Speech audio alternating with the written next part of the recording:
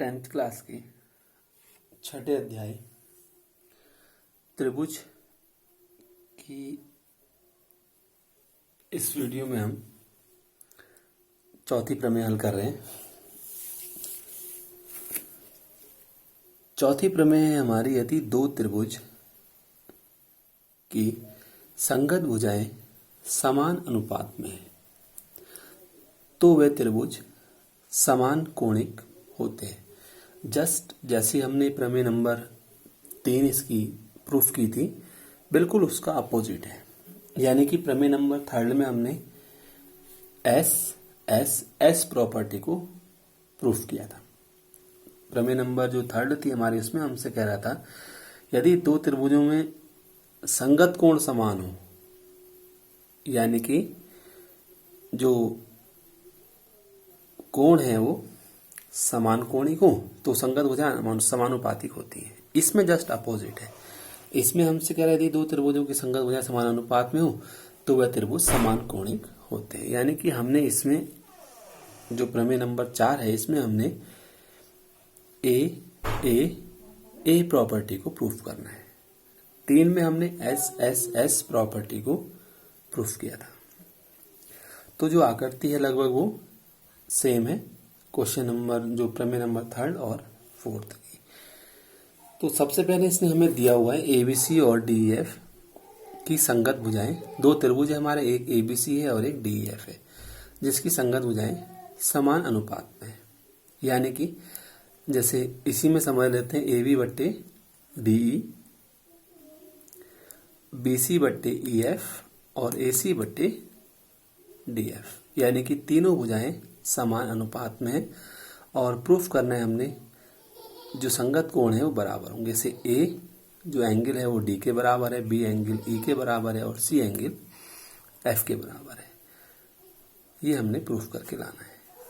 रचना के लिए जैसे हमने प्रीवियस क्वेश्चन में किया था, जो प्रमेय थी इसकी, कह रहे हैं भुजा ए बी में से ए डी बराबर डी।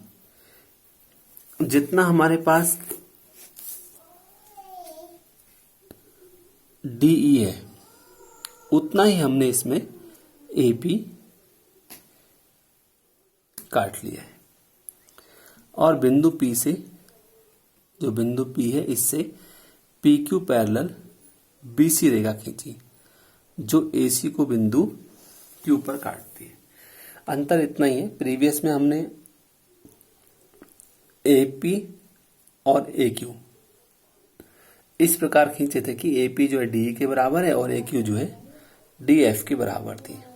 लेकिन इसमें ध्यान रखना है, हमने जो एपी है उसको हमने डी के बराबर काटा है और बिंदु पी से बी पी क्यू रेखा खींची जो बीसी के पैरेलल है, और जो क्यू बिंदु है वो एसी को क्यू बिंदु पर इंटरसेक्ट कर रहा है, यानी प्रतिच्छेद कर रहा है। एसी को क्यू पर काट रहा है। उत्पत्ति में चूंकि हमें पता है, रचना से हम जानते हैं कि पी क्यू पैरेलल बीसी है, तब क्या होगा? अगर किसी त्रिभुज की दो बिंदु या दो जो भुजाएं हैं उनमें से हम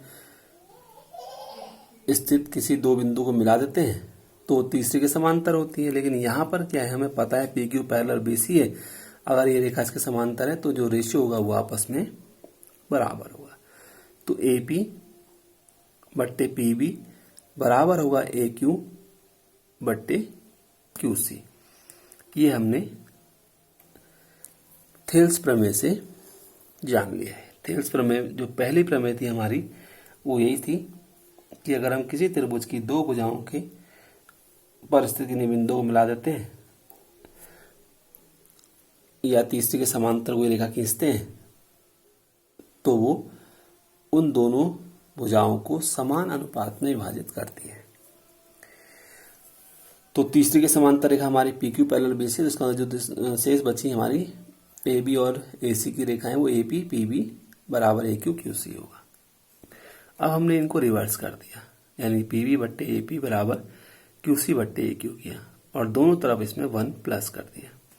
जब 1 प्लस करेंगे तो ए पी हो जाएगा, P B plus A P upon A P equal में आ जाएगा Q C plus A Q upon A Q. और इन दोनों का जो प्लस है यानी कि P B plus A P बराबर होगा ए बी के और Q C plus A Q बराबर होगा ए सी के। इस तरीके से हमें ये रेशियो मिल जाएगा। अब नेक्स्ट में हम क्या कर रहे हैं, क्या किया हमने, आकृति हमने ये बनाई है, इसमें बिल्कुल सेम प्रमेय नंबर 3 की तरह ही आकृति है हमारी। अब चूंकि हमें पता है एपी जो है वो डी के बराबर है, तो जैसे हमारा एपी बट्टे पी बी आ रहा था और ए क्यू बट्टे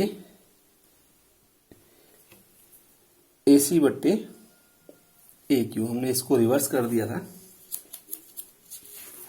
जैसे हमारा यहां पर ए बी बट्टे ए पी आया और ए सी बट्टे ए क्यू आया, तो ए सी बट्टे ए क्यू को हमने ऐसे छोड़ा और ए बी बट्टे ए पी है, तो जहां पर ए पी आ रहा है वहां पर हमने डी ई लगा दिया।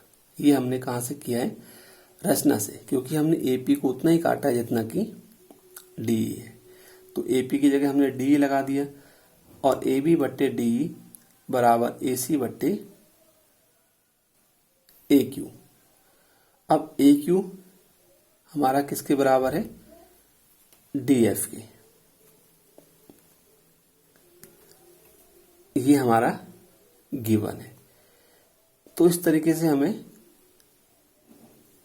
दो समीकरण प्राप्त हो गई। ये कहां से है हमारी, ए बी बट्टे डी, ए बी बट्टे डी बराबर ए सी बट्टे डी एफ। ये हमें पहले से ही पता था, ए बी बट्टे डी ए सी बट्टे डी एफ और बी सी बट्टे ई एफ। ये हमें पहले से ही ज्ञात है कि किन्हीं दो त्रिभुजों की जो भुजाएं हैं वो समान अनुपात में है, तो इसलिए हमने यहाँ पर लिख दिया गिवन, दिया हुआ है, और ये हमने अभी प्रूफ किया है। बस हमने इसमें क्या किया, जहां पर ए पी आ रहा था वहां पर डी लगा दिया है। अब इन दोनों समीकरणों से हम ये देख रहे हैं कि ये लेफ्ट हैंड साइड पूरी बराबर है और राइट साइड में भी ए सी की जगह तो ए सी है, लेकिन ए क्यू की जगह डी एफ आ गया, यानी कि ए क्यू की जगह हमारा क्या आ गया, डी एफ। तो हमें यहां से ये पता चल गया कि ए क्यू और डी एफ भी आपस में बराबर है, क्योंकि हमने ए पी और डी तो रचना से किया था और P Q parallel E F, ये भी हमारा रचना से ही है। अब हम प्रूफ करके ले आए कि ए क्यू और डी एफ आपस में हमारे बराबर है। अब बात करते हैं हम ट्रायंगल एबीसी की। ट्रायंगल एबीसी में पी क्यू पैरेलल है बी सी के। अगर ऐसा है तो ए बी बट्टे ए पी बराबर बी सी बट्टे पी क्यू। कोई सी भी हम रेशो इसमें ले सकते हैं अगर पी क्यू और बी सी हमारे एक दूसरे के समांतर आ रहे तब। ट्रायंगल एबीसी में हमने इसको लिया हुआ है। तो यहां से हमारे पास ये आ गया ए बी बट्टे ए पी बराबर बी सी बट्टे पी क्यू, और हमें पता क्या है कि ए पी और डीई आपस में बराबर है। बाकी हमने इसको ऐसे ही छोड़ा, एपी और डीई की जगह ये हमने कंडीशन लगा दी। तो हमारे पास आई समीकरण नंबर 4। अब ए बी बट्टे डी बराबर बी सी बट्टे ई एफ, ये हमें पता है कि ए बी बट्टे डी बराबर है बी सी बट्टे ई एफ। अब ये हमारा अभी प्रूफ किया और ये हमारा दिया ऐसे आया जो हमने शुरू में लिख दिया था। अब यहां से हमें क्या पता, लेफ्ट राइट दोनों बराबर है, बीसी की जगह बीसी, पी क्यू की जगह कितना आ गया हमारा ई एफ, यानी कि पी क्यू और ई एफ भी हमारे आपस में बराबर है। अब हमने त्रिभुज ए पी क्यू और डी एफ में ले लिया, ए पी बराबर डी आ गया और ए क्यू बराबर डी एफ, ये हमने अभी प्रूफ किया है, और पी क्यू बराबर ई एफ, ये भी हमने अभी प्रूफ किया है। यानी कि त्रिभुज ए पी क्यू और डी एफ हमारे सर्वांग सम होंगे, या सारे साइड बराबर है।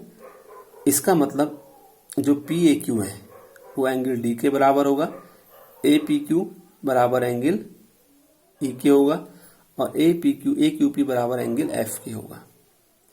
अब ए पी क्यू, जितनी वैल्यू ए पी क्यू की है उतनी वैल्यू बी की भी होगी, और ए क्यू पी की वैल्यू सी के बराबर होगी, क्योंकि पी क्यू और बी सी एक दूसरे के पैरेलल हैं, तो ये संगत कोण होंगे, ये एंगल और ये संगत कोण होंगे, ये और ये दोनों हमारे संगत कोण हैं।